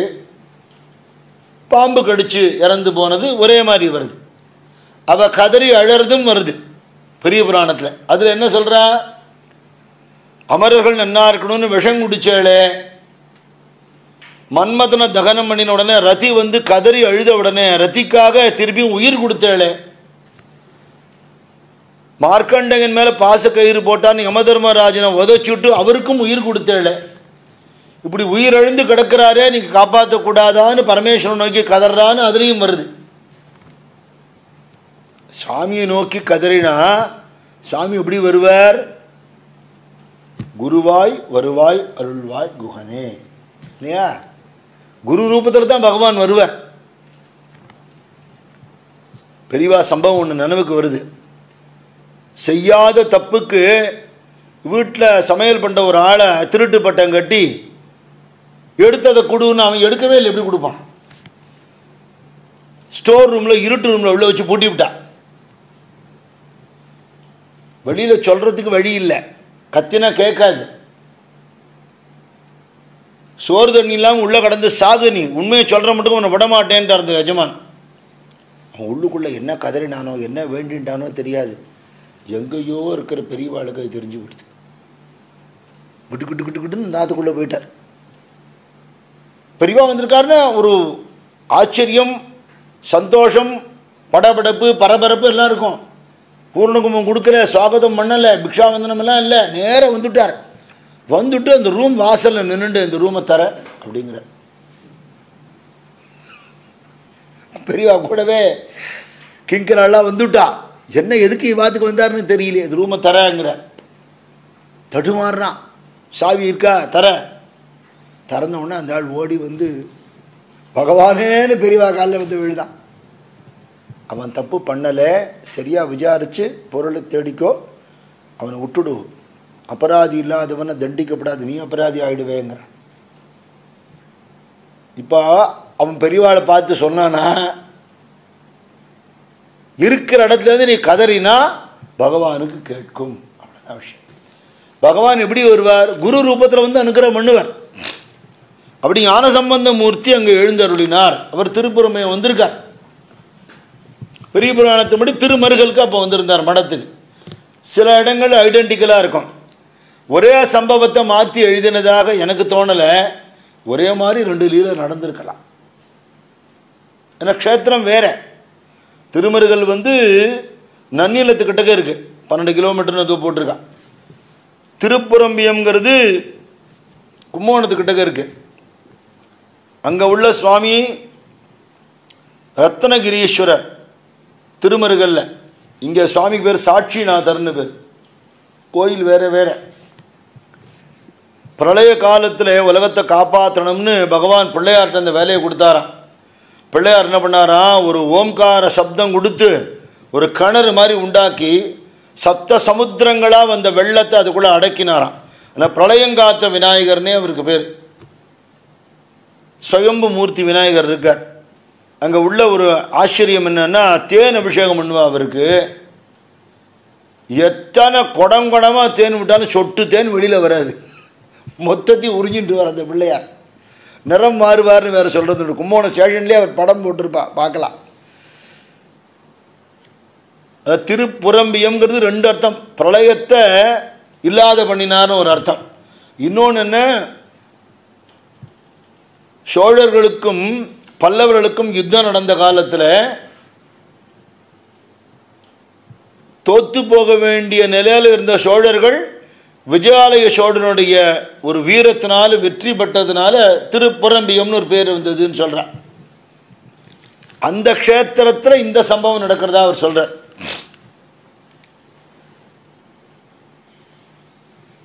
திருமருகல் லீலைப்படி இந்த பொண்ணு அழும்போது இங்கே ஞானசம்பந்த மூர்த்தி வந்தார், விஷயத்தை கேட்டார். அவர் சொன்னா, எங்கள் அப்பா கல்யாணம் பண்ணித்தாரேன்னு சொல்லி ஏமாற்றி விட்டார். நானா விரும்பி இவரோட வந்துவிட்டேன். ஆனால் முறை தவறி நாங்கள் நடக்கலை. எதனால் இப்படி நடந்ததுன்னு தெரியல. என் வாழ்க்கை இப்படி ஆரம்பிக்கிறதுக்குள்ளே கருகி போயிடுத்தே அப்படிங்கிறான். அப்போ அவளுக்காக சுவாமிகிட்ட பதிகம் பாடுறாருன்னு வருது தேவாரத்து உள்ள விஷயமாக பெரிய புராணத்தில். சடையா என்னும் மால் சரணி என்னும் மால் விடையா என்னும் மால் வெறுவா என்னும் மால் மடையார் குவளை மலரும் மருகல் உடையாய் தகுமோ இவள் மெலிவே. சடையா என்னும் மால் சரணி என்னும் மால் விடையா என்னும் மால் வெறுவா விழுமால் மடையார் குவளை மலரும் மருகல் உடையாய் தகுமோ இவள் மெளிவே உரை. சிந்தா எனுமால் சிவனே எனுமால் முந்தா எனுமால் முதல்வா எனுமால் கொந்தார் குவளை உலவும் மருகல் எந்தாய் தகுமோ இவள் ஏசரவே உரை. உன்ன எப்படி அலற அந்த பொண்ணு, சடையாய் ஜட்டாதாரியான பரமேஸ்வரா சரண்ணி உன் திருவடியே கதி, விடையாய் ரிஷபாரூடா அப்படியெல்லாம் மயங்கி விழுந்து கதறது அந்த பொண்ணு. மருகல் உடையாய், மருகல் மரங்கள் இருக்கக்கூடிய க்ஷேத்திரத்தில் இருக்கிற சுவாமி, இவள் மனசு வெதும்பி அழறாளே, உமக்கு சந்தோஷமா? உங்களால் ஏற்றுக்க முடிகிறதா? எனக்கு கஷ்டமாக இருக்கு, உமக்கு எப்படி இருக்கு? தகுமோ இவள் உள்மெலிவே. சிந்த வயப்பட்டிருக்கா, கவலைப்படுறா. சிந்தா எனுமால் சிவனே எனுமால், என் அப்பனே முதல்வா சிவபெருமானேன்னு கதறா. அந்த பொண்ணு பூமியில் விழுந்து பிறண்டு அழறதே, என்னை கைவிட்டுட்டாளேன்னு சொல்றாளே, உமக்கு சம்மதமா இருக்கா? அறையார் கழலும் மழல்வாய் அறவும் பிறையார் சடையும் உடையாய் பெரிய மறையார் மருகல் மகிழ்வாய் இவளை இறையார் வளை கொண்டெழில் வவ்வினையே. கம்பீரமாக வீர கழல் போட்டுண்டு சர்ப்பாபரணனாக இருந்துண்டு சந்திரமௌலீஸ்வரனாக இருக்கக்கூடிய வேத வேத்தியனான மருகல் பகவானே, இந்த பொண்ணுக்கு அனுகிரகம் பண்ணப்படாதா? அப்படியே இந்த பதிகம் பாட அந்த பாம்பு வந்து விஷத்தை எடுத்துக்கொண்டு அவன் பிழைத்தான் அப்படிங்கிறது சரித்திரம். இப்போ சம்பந்தமூர்த்தி ஊருக்கு போய் கல்யாணம் பண்ணிக்கணுங்கிறதுல இங்கேயே பண்ணிக்கோங்க, நானே பண்ணி வைக்கிறேன் அப்படின்னு அவரே பண்ணி வைக்கிறார். கல்யாணம் நடந்த இடம்ங்கிறதும் அங்கே அந்த கோவிலில் இருக்குது. இதில் உள்ள திருவிளையாடு புராணத்தில் உள்ள சரித்திரத்தின்படி திருப்புறம்பயத்தில் நடந்த லீலையாக அம்மா நீ யார், என்ன நடந்தது அப்படின்னு கேட்குற. அப்போ அவளோட குலம் என்ன, குல மரபு என்ன, அப்பா எப்படி வளர்த்தார், எப்படி சொல்லி வளர்த்தார், இது மாதிரி காலமாயிட்டார், ஓலை எழுதினார், எல்லா கதையும் சொல்கிறா. உடனே கண்ணால் அவனை பார்த்தார்னு தான் சொல்கிறாரு பரஞ்சோதி முனிவர் இந்த லீலையில. தந்தையும் தாயும் அன்னார் தமிகளாயிரங்கும் பேதை பைந்தொடி ஆவி காப்பான் பாம்பு கோட்பட்டான் மாடே வந்தன நாகம் எல்லாம் மருந்துருவாகும் வண்ணம் சிந்தை செய்து அருட்கண் வைத்தார் குதித்தது தீவாய் நஞ்சம். அம்மையும் அப்பனமா இருக்கக்கூடிய பரமேஸ்வரன் சன்னிதானத்தில் அம்மாவையும் அப்பாவையும் இழந்த அந்த பொண்ணு அழும்பொழுது அம்மையப்பனாகவே ஞானசம்பந்த மூர்த்தி அங்கே வந்து நின்று அமிர்தமயமான தன்னுடைய பார்வையால் பார்த்தார். விஷம் குதிச்சு வெளியில் போயிடுத்துங்கிற. குதித்தது தீவாய் நஞ்சம். ஒன்றுமே நடக்காத மாதிரி வந்துட்டானா. எழுந்தனன் உறங்கினான் போல் இறந்தவன் யாரும் கண்டு தொழுந்தகை ஞான வேந்தை தொழுதனர். சட்டுன்னு எழுந்துட்டான். அத்தனை பேரும் ஆச்சரியப்படுறா. அவனுக்கு என்ன நடந்ததுன்னே தெரியல. எல்லாரும் ஆர்ப்பரிக்கிறத பார்த்துட்டு என்னது என்னதுன்னா, என்ன நீ போயிட்டப்பா, பாம்பு கடிச்சு நீ செத்து போயிட்ட, இவர் தான் அவனை காப்பாற்றினார்னு சொல்ல அவ்வளோ பேர் சம்பந்த மூர்த்திகளை வணங்க அவனும் எழுந்து வணங்கினான். தொழுதனர் துதி செய்து ஆர்வத்து அழுந்தினர் கன்னி அன்னமனையவள் இன்பத் தீந்தேன் பொழிந்து ஒரு புறத்தே கஞ்சம் பூத்ததோர் கொம்பின் நின்றாள். அழுதுன்றிருந்த பொண்ணு அப்படியே ஆச்சரியப்பட்டு கண்ணில் வழிஞ்ச அழுக நிற்கலை. ஆனால் உதட்டில் சிரிப்பு வந்துடுச்சு. ஒரு சந்தோஷம், ஆனந்தம். விழுந்து நமஸ்காரம் பண்ணினான். அவளும் நமஸ்காரம் பண்ணா, அவரும் நமஸ்காரம் பண்ணார், தனித்தனியாகவே. அப்போ அவளோட அன்பை பார்க்கிறார். கற்பின் நிலையை பார்த்தாருங்கிற. திருமணம் ஆகலை, ஆனால் விலகி இருக்கணுங்கிறது அவளுக்கு தெரிகிறது. ஆனால் மனசில் அப்படி ஒரு பிரேமம் அவளுக்கு இருக்குது. எப்படி கதறி அழுதா அந்த பொண்ணு. இப்போ அவன் பொழைச்சுட்டான்னு ஒன்று எப்படி சிரிக்கிறா, எவ்வளோ சந்தோஷப்படுறா அப்படின்னு பார்த்துட்டு, அப்பா மனைவிங்கிறவள் இன்ப துன்பத்தில் பங்கு கொண்டு வாழ வேண்டியவள். இப்போ நீ பொழைச்சுட்டேன்னு உடனே பொழைச்சிட்டாலும் உங்களுக்கு ஒன்றும் இல்லையேன்னு கிட்ட வந்து உன்னை தடவி கொடுக்க அவளால் முடியாது. நீ போயிட்ட, உனக்கு அது தெரியாது. அப்போ கதறி அழுதா, ஆனால் உன் மேலே படாமல் தள்ளி நின்று அழுதா. அவளை கஷ்டப்படுத்தாதே, சீக்கிரம் கல்யாணம் பண்ணிக்கோ அப்படின்னு சொல்கிறார். இங்கேயே பண்ணிவிடும் அப்படின்னு. நீங்கள் பெரியவா சொல்கிறேள், நான் மறுக்கக்கூடாது. ஆனால் சாஸ்திர சம்பிரதாயம் என்ன அப்படிங்கிறத நான் உங்களுக்கு சொல்லப்படாது. அவன் சொல்கிறாது. பிரம்மதேவன் 4 வர்ணங்களை உண்டாக்கி இது இப்படி இப்படி இருக்கணும்னு நியமிச்சிருக்காருன்னு சொல்லுவா. அதில் மற்ற 3 வர்ணத்தவர்களும் சரியாக நடக்கிறத ஊர்ஜிதம் பண்ணக்கூடியது யார்? அந்தணர்கள் தான். அவள் தான் வழிகாட்டணும். அதனால் அந்த தலைமை பொறுப்பில் நீங்கள் இருக்கீள். சாட்சி இல்லாமல் நான் அப்படி கல்யாணம் பண்ணிப்பேன். எங்கள் சொந்தக்காரா யாருமே இல்லை, அவள் அப்பா அம்மாவும் போயிட்டா. நான் இதுக்கு தான் வந்திருக்கேங்கிறது என் மனைவிக்கு தெரியும். அப்படிங்கும்போது எங்கேயோ ஒரு கல்யாணம் பண்ணி கல்யாணம் ஆகிடுத்து நான் சொன்னால் ஊர் சம்மதிக்காது. சாட்சி இல்லாமல் கல்யாணம் பண்ணிக்கப்படாது. அப்படி ஒரு காலம் இருந்திருக்கேன். இப்போ கல்யாணம் பண்ணிடுது யாருக்கும் தெரியப்படாதுங்கிற காலம். சாட்சி இல்லாமல் கல்யாணம் பண்ணிக்கப்படாதுன்னு ஒரு காலம் இருந்தது. ஞானசம்பந்தமூர்த்தி சொல்கிறார், இவாளெல்லாம் விசாரித்தேன். அவள் பிறந்த போதே உனக்கு நிச்சயம் பண்ணிட்டாளாம். அதனால் அப்போ உறவுகாரர்களுக்கெல்லாம் தெரியும். இப்போ ஓலை எழுதினதுனால உங்கள் சொந்தக்காரர்களுக்கு தெரிஞ்சு போயிடுச்சேன். தெரியாமல் நடக்கிற விஷயம் இல்லை. சாட்சி இல்லைன்னு நீ சொல்லிட்டே இல்லையா, அதுக்கு நான் சொல்கிறேன், சாட்சி கேட்டுக்கோ. சுவாமியே இருக்க, அவரே சாட்சி. அடுத்தது என்ன, நீ ஜடம்னு நினைக்கிறிய இந்த கிணறு இந்த வன்னி மரம் கூட உனக்கு சாட்சி வரும், கவலைப்படாது. எல்லாத்தையும் ஈஸ்வரன் தான் நிறைஞ்சிருக்கார். நான் இருக்கேன் பண்ணிக்கோ அப்படின்னு. அதுக்கப்புறம் பேச முடியல. அவர் வார்த்தையை தட்டாதபடிக்கு கல்யாணம் பண்ணிட்டு 2 பேரும் தம்பதியாக நமஸ்காரம் பண்ணுறா.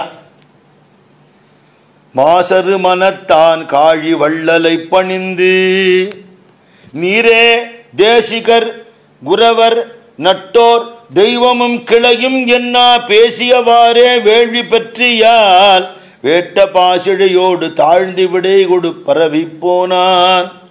நீங்கள் மகாத்மா, நீங்கள் குரு, அப்பா அம்மா இல்லைன்னு நினைக்க முடியாது.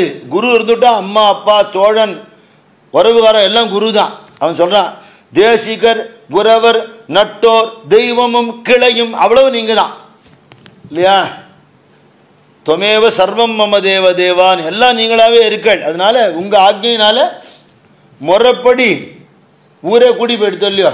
இப்போ அந்த ஊரில் ஒரு 4 பேர் இருந்திருப்பா, வேதம் தெரிஞ்சவா, அவளை வச்சு என்ன போட்டிருக்கார், வேள்வி பெற்றியால்னு போட்டிருக்கார். அந்த அவசர கதி கல்யாணம் கூட மாலை மாற்றிக்கிற கல்யாணம் இல்லையா? எங்கேயோ ஒரு மரத்தடியில் ஒரு தாலி இருக்கும், அதை எடுத்து அப்படியே கட்டுறது, அதெல்லாம் கிடையாது. வேள்வி பெற்றியால் முறைப்படி கல்யாணம் பண்ணிட்டான். அங்கே இருந்து வள்ளம் ஆசீர்வாதம் பண்ணால் சம்பந்தமூர்த்திகள் அனுகிரகம் பண்ணினார். அவர்கிட்ட உத்தரவு வாங்கிட்டு ஏவலர் தோழிகள்லாம் புடைசூழ புது மனைவியோட மதுரைக்கு வந்தான். கோபம் இருந்திருக்கும், இல்லாமல்லாம் இருக்காது. மூத்த மனைவிக்கு காட்டிக்கலை, ஏதோ இப்படி பூந்துட்டாப்பார்னு ஒரு கோபம் இருந்திருக்கும். காட்டிக்கலை. வாங்கோன்னு ஆரத்தி கரைச்சேன்னா போகும்போதே அந்த ஓலை வந்துடுத்துங்கனால தெரியும், இதுதான் தெரியும்.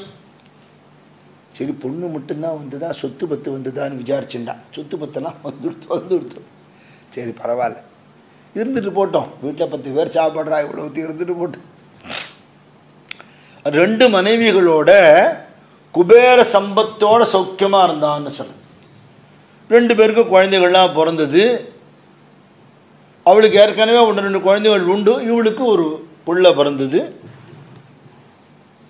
மேலே மேலே வியாபாரத்தை அபிவிருத்தி பண்ணிட்டு தினம் சுவாமி போய் தரிசனம் பண்ணிட்டு வந்துட்டு பக்தியோடு இருந்துட்டு ரொம்ப பிஸியாக இருக்கிற பிஸ்னஸ் மேன். அதனால் அடிக்கடி வீட்டில் இருக்க மாட்டான், ட்ராவல் பண்ணிகிட்டே தான் இருப்பான். அப்படியே வெளியில் போயிருக்கான் ஒரு சமயம். மூத்தா பசங்கள்லாம் கொஞ்சம் மூர்க்காளாக இருந்தாலும், முரட்டுத்தனமான பசங்கள்லாம் ஒரு வீட்டில் இருந்தால் 4 பசங்க இருந்ததுன்னா உன்னோட ஒன்று விளையாடும்போது சண்டை போடும், அடிச்சுக்கும். இது எல்லா வீட்டையும் நடக்கிறது தான், புதுசு இல்லை. அவள் சுபாவமே கொஞ்சம் மூர்க்க குணமாகவும் இருந்திருக்கு. விளையாடிட்டு இருக்கிறத இளையாளோட பையனை மூத்தா பசங்கள்லாம் சேர்ந்து அடிச்சு விட்டாங்க. அவன் ஓன்னு வந்து அம்மாட்ட அழறான். அவன் பக்கம் தப்பு இல்லாமல் அடி வாங்கிட்டான்னு தெரிஞ்சவனு ஒரு தாயார் சும்மா இருப்பாளா? எல்லா வீட்லையும் நடக்கிறது. என் பிள்ளை ஏண்டா அடிச்சிங்க அப்படின்னு போய் கேட்பா. உங்கள் பையன் என்ன பண்ணான்னு உங்களுக்கு தெரியுமா அப்படின்னு பசங்க சொல்லுவா. எல்லா காலனிலையும் நடக்கிறதா அது. இவன் ஏண்டா அப்படி அடிச்சு விட்டாள் என் பையனை அப்படின்னு சொல்லி, பெரிய பசங்களாக இருக்கிற இடத்துல உங்களுக்குலாம் கொஞ்சம் கூட புத்தி இல்லை.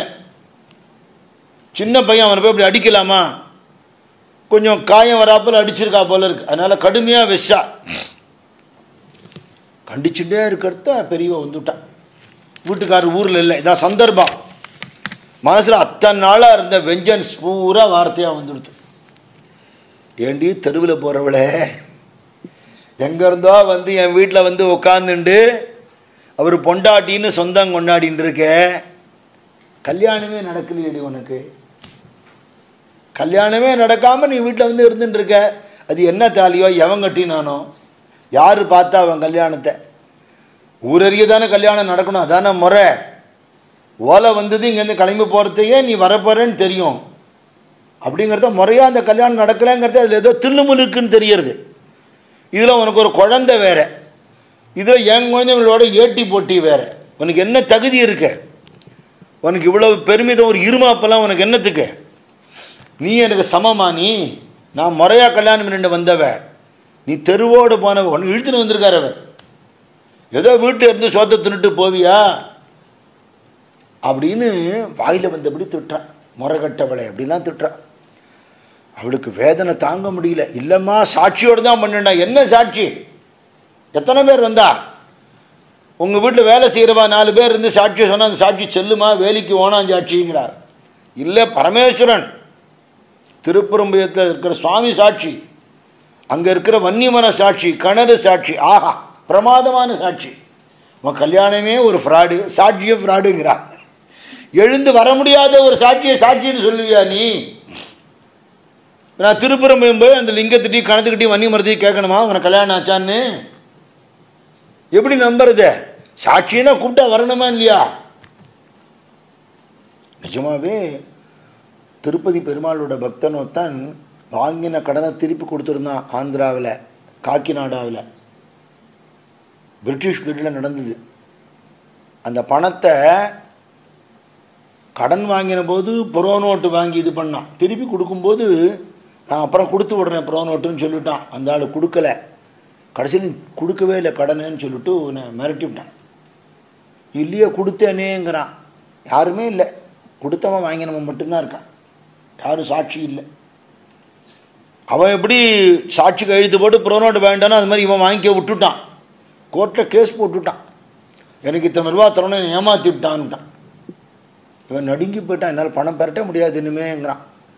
ஜட்ஜு கேட்குறார், யார் சாட்சி, ஹூ இஸ் த விட்னஸ் கேட்குறார் வெள்ளக்கார ஜட்ஜு.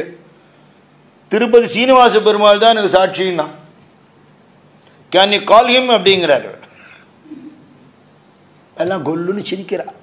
பெருமாள் எங்கேருந்து வருவார்னா அவன் அங்கே கோர்ட்டில் கதறினானா, சீனிவாசா கோவிந்தா உன்னை தவிர எனக்கு கதி இல்லையே, என்னை ஏமாத்துறானே, என்னை காப்பாத்துன்னு சொன்ன உடனே சாட்சி கூண்டில் ஒரு ஜோதி தெரிஞ்சு தான் பெருமாள் சாட்சி சொன்னார்னா இது கவர்மெண்ட் கெசட்டில் இருக்குங்கிறான்.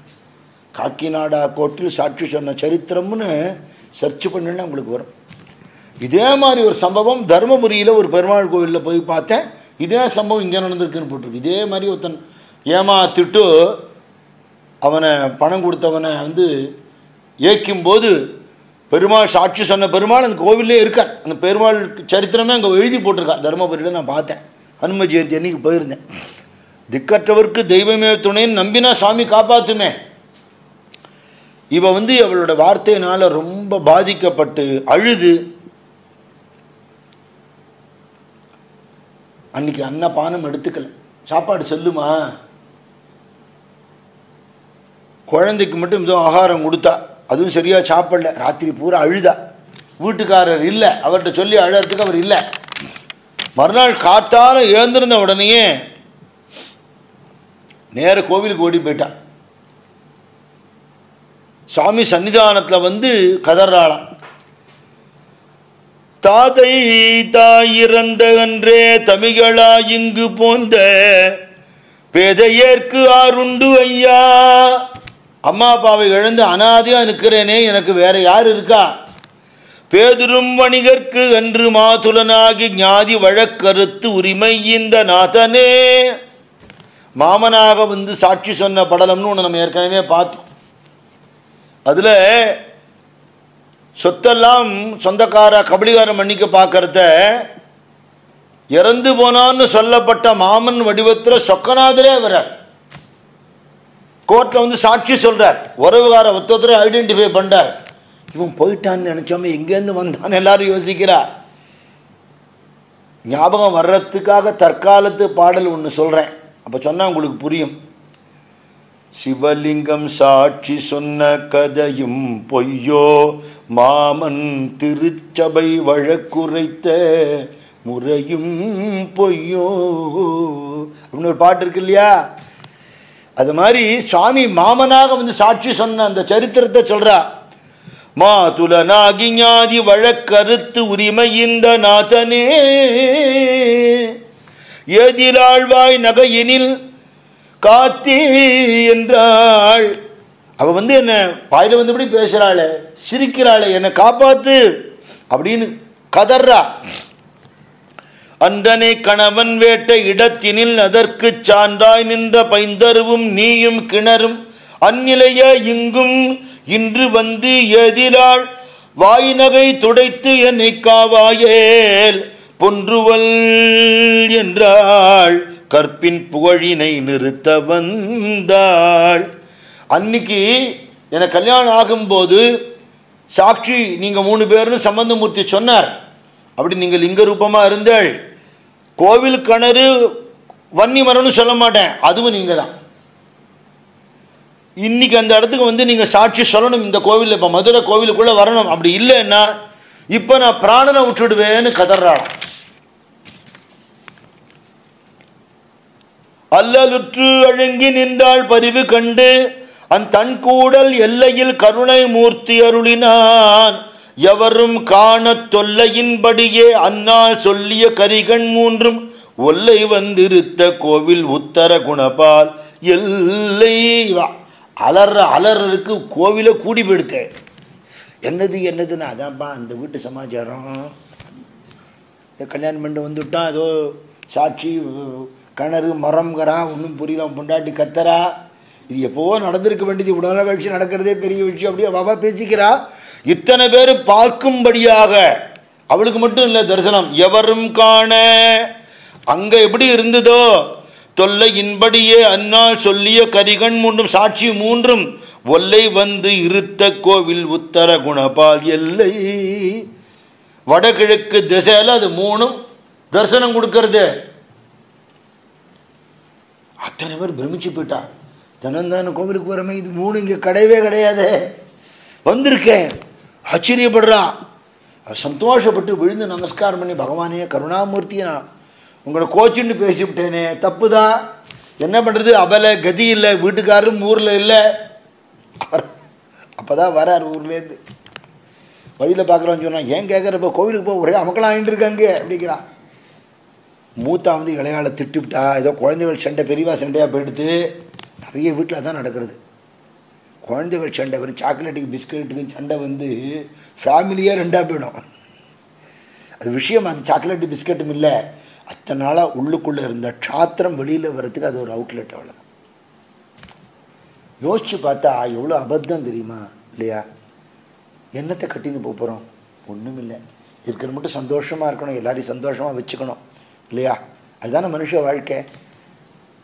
தன்னோட பார்டருக்கு வந்தால் ஒரு நாய் உருமுமே, அப்படி மனுஷனுக்கு உரிமினான்னா என்ன வித்தியாசம் இருக்குது இல்லையா? அதோட பார்டருக்குள்ளே இன்னொரு நாயை பார்த்தா உடனே ஒருன்னு கத்த ஆரம்பிச்சிடும். அப்படியா மனுஷன் இருப்பான்? விட்டு கொடுத்து தியாகம் பண்ணி வாழறது தானே மனுஷ வாழ்க்கை. இது மாதிரி தகராறு அழுத்து இளையா வந்து கோவிலில் அழுதுருக்கா, மூத்தாள் சாட்சி என்னன்னு கேட்டிருக்கா. பாரு அமக்களை நடக்கிறது. வந்து பார்த்தா அங்கே திருப்புறம்பியத்தில் இருக்கிற மூணு இங்கே இருக்குது. அத்தனை பேரும் ஆச்சரியப்படுறா, சிவசிவான் சிவசிவான்.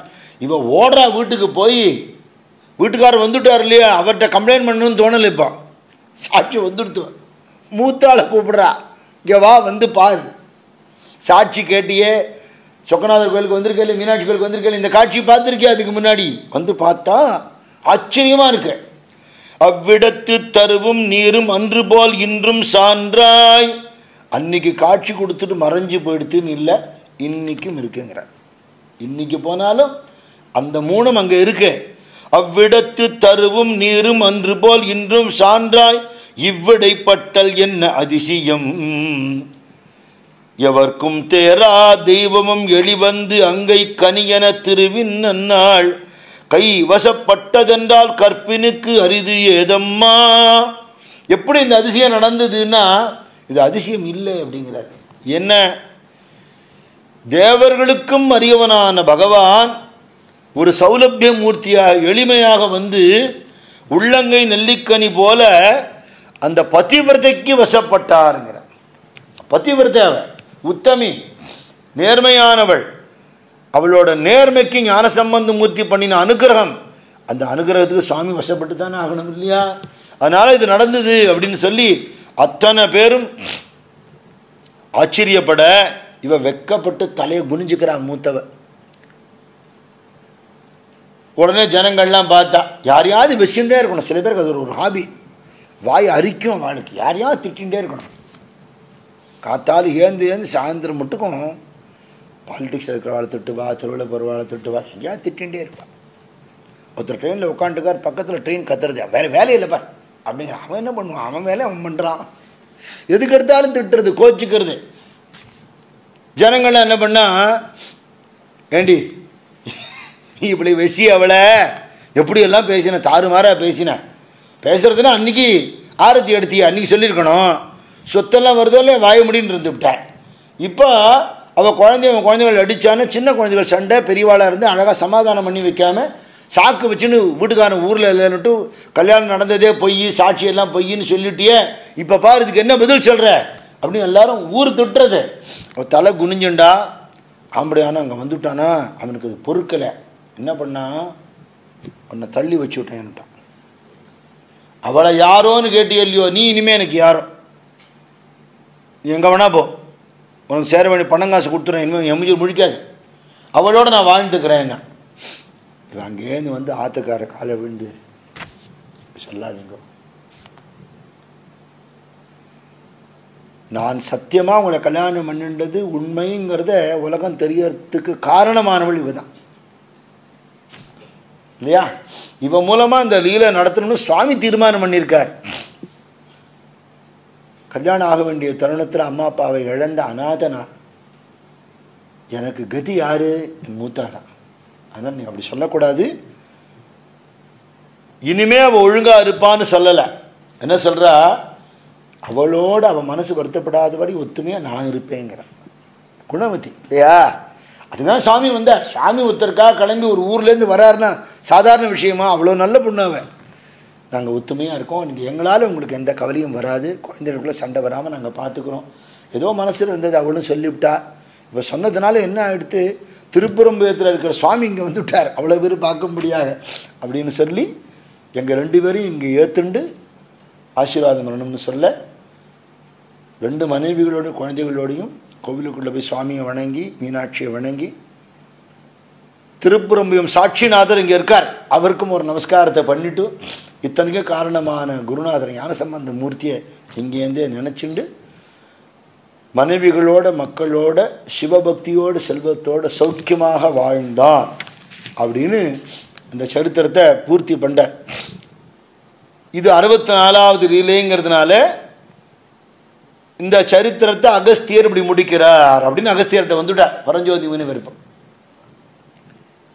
ஸ்கந்த புராணத்தில் உள்ள ஹாலாசி மகாத்மியம்ங்கிறதுலேருந்து தான் இந்த திருவிளையாடு புராணம் எழுதப்பட்டிருக்கு. அம்பாள் மீனாட்சி ஆக்ஞை பண்ணி அதனால் எழுதப்பட்டிருக்கு. அதில் சுப்பிரமணிய சுவாமிகிட்டேருந்தே தான் தெரிந்து கொண்ட மதுரையோட மகாத்மியத்தை ரிஷிகளுக்கு அகஸ்தியர் சொல்றாருன்னு தான் கதை ஆரம்பிக்கிறது. அதனால அவருக்கு பொதிகை முனி, தமிழ் முனின்லாம் பேர். பாண்டிய நாட்டுக்கு அவர் தான் குரு. அகஸ்தியர் சொல்றார், பொன்னவிர் கமலம் பூத்த பொய்கை சூழ் ஆலவாயம் முன்னவன் விளையாட்டு எல்லை கண்டு யார் மொழிய வல்லார். பொத்தாமரை குளத்தில் குளக்கரையில் இருக்கக்கூடிய ஆலவாயம் அண்ணல் அவருடைய விளையாட்டு இவ்வளவுதானா நீங்கள் கேட்காதீங்க. அதுக்கு பார்டர் கட்ட முடியாது, எல்லை சொல்ல முடியாது. எனக்கு தெரிஞ்சதை நான் சொன்னேன். என்ன இதுக்கப்புறம் அவர் லீலை பண்ணலேன்னு யாருக்கு தெரியும்? எத்தனை பக்தாள் வாழ்க்கையில் என்னென்ன நடந்திருக்குமோ நடந்திருக்குங்கிறது டெஃபினட்டு நமக்கு தெரிய வரலையே தவிர, மகான்களோட அனுகிரகம் சுவாமியோட அனுகிரகங்கிறது ஒரு சம்பவத்தோட ஒரு காலத்தோட நின்று போகிறது இல்லை. இன்னமும் அளவில் என்ப லிமிட்லெஸ், அளவில்லாதது சுவாமியோட லீலை. எம் குருநாத சுவாமி சொன்னவாறு உங்களுக்கு எண் எண் காதையும் சொன்னேன். என் குருநாதனான முருகப்பெருமான் சொன்னபடி எண் எண் 8 8 64 லீலையும் நான் சொல்லியிருக்கேன் என் குருநாதர் சொன்னதை. என்று தென்மலை இருந்த மாதவத்தோன் இன்னருள் குருபரன் தன்னையும் அன்று அவன் திருவாய் மலர்ந்த வாசகம் அருள் கனிந்து ஒழுக உள்ளடக்கி தென் தமிழ் ஆலவாய் தனிப்பதியை சென்னிமேல் 12 உம்பர் ஒன்ற வைத்து இமையா அங்கையற்கண்ணி உடன் உரை ஒருவனை நினைந்தான். தென் பொதிகை மலையில் இருக்கக்கூடிய மா தவத்தோன் மகா தபஸ்வியான அகஸ்திய முனிவர் அம்மையப்பனான சுவாமியும் அம்பாளையும் தன்னுடைய குருநாதனான முருகப்பெருமானையும் முருகப்பெருமான் திருவாய் மலர்ந்து அருளிய ஆலாசிய மகாத்மியத்தையும் நினைச்சுண்டு சிவபெருமான் சொன்னதாகவே நம்ம ஒரு படலத்தில் பார்த்துருக்கோம். சிரசுக்கு மேலே 12 அங்குலம் இருக்கக்கூடிய துவாதசாந்த பெருவழின்னு ஒன்று இருக்குது, அதுதான் ஹாலாசியம்னு பேருன்னு சொல்கிறார் சுவாமி. அதனால் இருக்கிற க்ஷேத்திரங்கள்லாம் ரொம்ப உசந்ததாக விராடு புருஷனே ஒரு க்ஷேத்திரத்தில் உள்ளதையும் தன் அங்கமாக வச்சுருக்கான அந்த விராட்டு புருஷனுடைய சிரசுக்கு மேலே 12 அங்குலம் இருக்கக்கூடிய இடத்துல இருக்கக்கூடிய மதுரை அம்பதிங்கிறதுனால தான் சிரசுக்கு மேலே கையை வச்சு கும்பிட்றா இல்லையா, இப்படி கும்பிடுவாள் 2 கையும் தூக்கி. அப்படி அந்த பரமேஸ்வரனை நினைத்து கொண்டு 2 கையும் சிரசு மேலே வச்சு வணங்கி, அங்கையர் கண்ணி உடனுரை ஒருவன்னு சொல்லலை, இமையா அங்கையர் கண்ணின்னு ஒரு வார்த்தை போட்டார். அம்மாக்கே மீனாட்சின்னு பேருன்னா, மீன் கண்ணால் பார்த்தே தன்னோட மீன் குஞ்சுகளுக்கு போஷாக்கு கொடுத்துரும். அம்பாள் கண்ணால் பார்த்தே நமக்கு அனுகிரகம் பண்ணிவிடுவா. கட்டாட்சமே போரும். கண் அப்படி கொட்டினா அந்த நேரத்தில் ஒரு குழந்தை வந்துன்னா அதை அனுகிரகம் பண்ண முடியாமல் போயிடுமா. அக்கா இமையா அங்கையர் கண்ணியா, அந்த கண்ணு கொட்டவே கொட்டாது அவளுக்கு.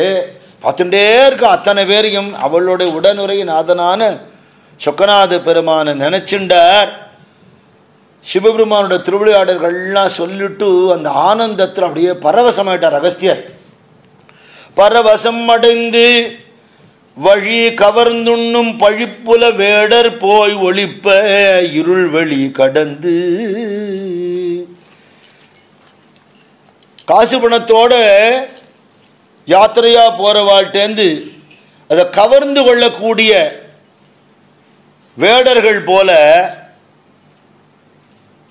எவ்வளவோ புண்ணியம் பண்ணி நம்ம முன்னோர்கள்லாம் சொல்லி கொடுத்தா நல்லது, நம்ம கர்மா அனுஷ்டானங்கள் குல தர்மங்கள் சத்சங்கம் தர்மங்கள்லாம் பண்ணிட்டு இருக்கிறவன் வழி தவறி பாபியா போயிடுறான்னு எதனால அப்படிங்கிறார் அவர். பொறி புலன்கள்னு சொல்லக்கூடிய 5 புலன்கள் ஆகிய கள்வர் வேடவர்கள்ங்கிற இந்த திருட்டு வேடர்கள் வழிப்பறி பண்ணுறாப்புல எத்தனையோ பேர் சொல்லுவா, எங்கள் அப்பா அம்மாலாம் நல்ல தெய்வ பக்தியோடு இருந்தா, நான் தான் குட்டிச்சோராக போயிட்டேன். யார் ஒன்று போச்சேன்னா இல்லையா, எங்கள் தாத்தாலாம் யஜ்யம் பண்ணவா, எங்கள் அப்பாலாம் வைதிகர் அக்னிஹோத்ரி, நீ என்ன பண்ணுற, நான் சிகரெட்டு பிடிச்சிட்டு இருக்கேங்கிறான். சீரழிஞ்சதுக்கு யார் காரணம்? இவர் காரணத்தை சொல்றார். வழி கவர்ந்துண்ணும் பழிப்புல வேடர் போய் ஒளிப்ப இருள் வெளி கடந்து. அந்த அஜ்ஞானம் நீங்கிடுத்துன்னா நிஜமாவே அபிவாதி எதுக்கு சொல்றோம்னா, இப்பேற்பட்ட குலத்துல நான் பிறந்தேன்னு நமக்கு நம்மளே சொல்லிக்கிறதுக்கு, அடுத்த வாழ்க்கை சொல்றதுக்காக இல்லை. இப்பேற்பட்ட ரிஷி பரம்பரையில் இந்த குலத்தில் பிறந்து அதுக்கு சம்பந்தம் இல்லாமல் நான் இருந்துட்டுருக்கேன்னு நம்ம நினச்சிருந்தா தான் என்னைக்காவது திருந்த முடியும் இல்லையா. நம்ம முன்னோர்களை நினச்சிக்கணும். 2-3 தலைமுறைக்கு முன்னாடி நம்ம பெரியவாள்லாம் எப்படி இருந்திருக்கா, நம்ம இப்படி காசும் பணமும் ஒரு லௌகீக வாழ்க்கையுமா தெய்வீகத்தோடு விலகிட்டோமேங்கிற ஒரு எண்ணம் வந்துடுத்துனா தான் பகவான் சத்சங்கத்தை கொடுப்பார் இல்லையா. வழி கவர்ந்துண்ணும் பழிப்புல வேடர் போய் ஒளிப்ப இருள் வெளி கடந்து திருவருள் வழி சென்று. சத்சங்கத்துக்கு வந்துட்டாலே இருள் வழி போயிடும், பாவம் போயிடும். எண்ணிலா சராச்சரம் அனைத்தும் புறையற நிறைந்து, சமஸ்த சராச்சரங்களையும் ஒரு இடம் இல்லாமல் நிறைந்திருக்கக்கூடிய எண்ணிலா சராச்சரம் அனைத்தும் புறையற நிறைந்து காட்சி காண்பான் புதைபட தனித்த பூரணமாய். அழகான வார்த்தை. கோவிலுக்கு போய் சுவாமியை பார்க்குறோம், சுவாமி தரிசனம் கொடுக்குறார், நான் பார்க்குறவர். இது பார்வை இல்லையா. காட்சி காண்பான் காணப்படு பொருள். திருஷ்ய திருஷ்டு ரூபாய அப்படின்னு ஒரு நாமா உண்டு லலிதா சாஸ்திரம். 3மா எது இருக்கு? அவரே தான் இருக்கார். அவர் அங்கே உட்காந்துருக்காருன்னு நினைக்கிறோம். அவர் இங்கே இருக்கிறதுனால தான் இந்த கண்ணு வேலை செய்கிறது, இல்லைன்னா இந்த கண்ணு தெரியாது இல்லையா. இந்த கண்ணு பயன்படாது, இந்த காட்சிங்கிறது ஏற்படாது. அப்போ 3மாகவும் இருக்கிறவருங்கிறதுனால அந்த தரிசனம் எப்படி பண்ணணும்? சுந்தரமூர்த்தி சுவாமிகள் சிதம்பரத்தில் போய் நடராஜரை பார்த்தார். 5 பேரறிவும் கண்களே கொல அப்படின்னு உடம்பே கண்ணாகி சுவாமியை பார்த்து பார்ப்பவன் இல்லாது போகிற அளவுக்கு பார்த்துட்டார். பாகதா பாகனே தூரி சரோனியாங்கிற ஞானேஸ்வர மகாராஜ் சுவாமியை பண்டரிபுரத்தில் போய் பாண்டவனை பார்க்கும் பொழுது பார்த்து பார்த்து பார்த்து பார்த்து பார்க்கிறவன் தன்னை இழக்கிற அளவுக்கு அந்த தரிசனம் இருக்கணுமா. படபடான்னு போய் கணத்தில் பண்ணி பட்டார்னு வெளியில் வந்துடுறோமே அப்படி இல்லையாமா. அனுபவிக்கணும். உள் வாங்கிக்கணுமா அந்த தரிசனம். அப்படி சொல்றார், காட்சி காண்பான் புதைபட தனித்த பூரணமாய் உரை உணர்விறந்த உண்மை ஆனந்த உணர்வினை உணர்வர உணர்ந்தான். என்ன அழகான வார்த்தை. எல்லாத்துக்கும் மேலான ஒரு பேர் உணர்வு, சூப்பர் கான்ஷியஸ்னஸ் அப்படிங்கிற அந்த பரபிரம்ம ஸ்வரூபத்தை, உண்மை ஆனந்தமான சச்சிதானந்த ஞானானந்த ஸ்வரூபத்தை, அந்த உணர்வை உணர்ந்தார். வேறு உணர்வுகள் இல்லாதபடி உணர்வர உணர்ந்தான். உணர்வினை உணர்வர உணர்ந்தான். தட்சிணாமூர்த்தி ஸ்தோத்திரமும் இவர் தான் எழுதியிருக்கார், பரஞ்சோதி முனிவர். சொல்லாமல் சொன்னவரை நினையாமல் நினைந்துன்னு வருது இல்லையோ, அது மாதிரி வேற எதையும் பேசாதபடிக்கு மௌனத்தினால பேசினவரை வேறையும் நினைக்காமல் அவரையே நினைத்துங்கிற அந்த மாதிரி பகவானை நினைத்து நினைப்பவனும் இல்லாமல் போய் பகவான் உள்ள கண்டு காண்பவனும் இல்லாத போய் அந்த பேரானந்த நிலையில் எப்படி இருந்தோம்னு சொல்ல முடியாதுங்கிறார்.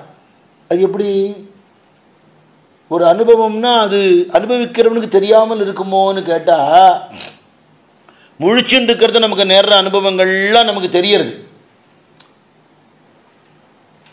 என்ன பண்ணிட்டு இருக்கேன், உட்காந்துருக்கேன் சார், பார்த்துட்டு இருக்கேன், பேசிகிட்டு இருக்கேன், ஏதோ காப்பி குடிக்கிறேன், சாப்பிட்றேன், எல்லா அனுபவமும் தெரியறது.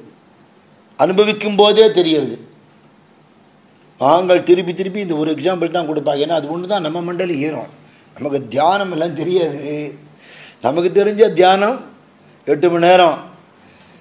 அதை ஒரு எக்ஸாம்பிளாக எடுத்துக்கிறா. அது ஒரு அனுபவம் தானே. நீ அனுபவிச்சியா இல்லையா? ஆனால் அனுபவிச்சேன், நன்னா தூங்கினேன். தூங்கின போது உனக்கு தெரிஞ்சுதா தான் கேட்குறேன். நான் சாப்பிடுகிறேன், நான் காப்பி குடிக்கிறேன், நான் தூங்குறேன்னு சொல்ல முடியுமா? சொன்னால் தூங்க முடியுமா? அப்போது எந்த உணர்வும் இல்லாத ஒரு உணர்வு நீ அனுபவிச்சியா இல்லையா? அதான் உணர்வினை உணர்வர உணர்தல். இது அல்பம். ஏன்னா அந்த சுகம் உனக்கு சுகத்தோடைய மிச்சம் உனக்கு தெரியறது. தியானத்தில் சுகம் என்ன? அனுபவிக்கும் போதே உணரும் போதே உணர்பவன் இல்லாமல் போகிற நிலை. அது எப்படி கிடைக்கும்னா சத்சங்கத்தில் இருக்க இருக்க இருக்க. இப்போ ஒரு நல்ல கதை கேட்குறோம், அது தியானம்தான். ஒரு 2 மணி நேரம் உபன்யாசம் கேட்குறோன்னா 2 மணி நேரம் நம்ம சுவாமி நினைக்கிறோமோ இல்லையோ, வேறு வேண்டாத விஷயங்கள் நினைக்கலையோ இல்லையோ, எங்கே இருக்கோங்கிறது மறந்து போயிட்டோமோ இல்லையோ, அது தியானம்தான். அது அப்படியே டெவலப் ஆகி நாமஸ்மரணையில் வந்து பகவானோட ரூப தியானத்தில் வந்து பகவானோட கருணையால் அது ஒரு நாள் சித்திக்கும். அகஸ்தியர் எப்பேற்பட்ட தபஸ்வி மகான் இல்லையா? அதனால பரவசமடைந்து உரை உணர்விறந்த உண்மை ஆனந்த உணர்வினை உணர்வர உணர்ந்தா அப்படின்னு சொல்லி 64வது லீலையை பூர்த்தி பண்ணார் பரஞ்சோதி முனிவர். 64 லீலை சுவாமி பண்ணினதாக அவருக்கு சொல்லப்பட்டதை சொல்லிட்டார். படலம் என்னன்னா இன்னும் ஒரு படலம் பாக்கி இருக்கு. என்ன? அர்ச்சனை படலம்னு ஒன்று வச்சிருக்கேன். அதில் சுவாமி லீலை ஒன்றும் இல்லை, லீலை ஆயிடுச்சு, இதோட முடிஞ்சிடுது. திருவிழாடு புராணம் இதோட பூர்த்தி ஆகிடுறது. அர்ச்சனை படலத்தில் சுவாமியை பற்றி கேட்டுட்டே இருக்கிறவாளுக்கு போருன்னு தோணாது. சொல்கிறவாளுக்காவது போர் அடிக்குமான்னு, அவளுக்கும் அடிக்காது. அதுதான் நிஜமான சத்சங்கம் இல்லையா? ரொம்ப உடம்பு முடியாத அன்னைக்கு போய் உபன்யாசம் பண்ணால் டபுள் மடங்கு தெம்பு கிடைக்கும். அனுபவம் என்ன? நம்ம சாப்பிட்ற சாப்பாடு குடிக்கிற ஹார்லிக்ஸ் போன்விட்டால் இல்லை, சத்சங்கமே ஊட்டம் நமக்கு. அதுவே ஊட்டம். எத்தனையோ உடம்பு முடியாத இருக்கிற இன்னைக்கு போக முடியுமா, கதை சொல்ல முடியுமான்னு இருக்கும். கதை சொல்லிட்டு வந்தால் திருப்பி பழைய மாதிரி ஆகிடுவோம். அந்த நேரத்தில் ஒன்றுமே தெரியாது. இது சத்தியம் இல்லையா? அப்போது அவளுக்கும் மலுக்கலை, இவருக்கும் மலுக்கலை. அவள் இன்னும் சொல்லுங்கோங்கிறா. சுவாமி எத்தனை க்ஷேத்திரத்தில் இருக்கார், எந்தெந்த மகிமையோடு இருக்கார்னு நான் சொல்கிறேன்னு சொல்லி எல்லா க்ஷேத்திரத்துக்கும் அவளை ஆகாச மார்க்கமாக கூட்டின்னு போய் மதுரையில் கொண்ட சொக்கநாதர் முன்னாடி நிறுத்துறார். கைலாசத்தில் தான் கதை சொல்கிறார். அதுலேருந்து மதுரை வரலும் இருக்கிற க்ஷேத்திரங்கள் பார்க்குறதாக நமக்கு ஒரு க்ஷேத்திர தரிசனம். யார் டூர் கூட்டின்னு போகிறா? அகஸ்தியர் கூட்டின்னு போகிறா. அகஸ்திய மகர்ஷியோடு சேர்ந்து யாத்திரை போய் சிவக்ஷேத்திரங்கள்லாம் பார்த்து திருவிளையாடு புராணம் பூர்த்தி ஆறுது. அது அடுத்த பகுதியில் பார்க்கலாம். நம்ம பார்வதி பதையே ஹர ஹர மகாதேவ்.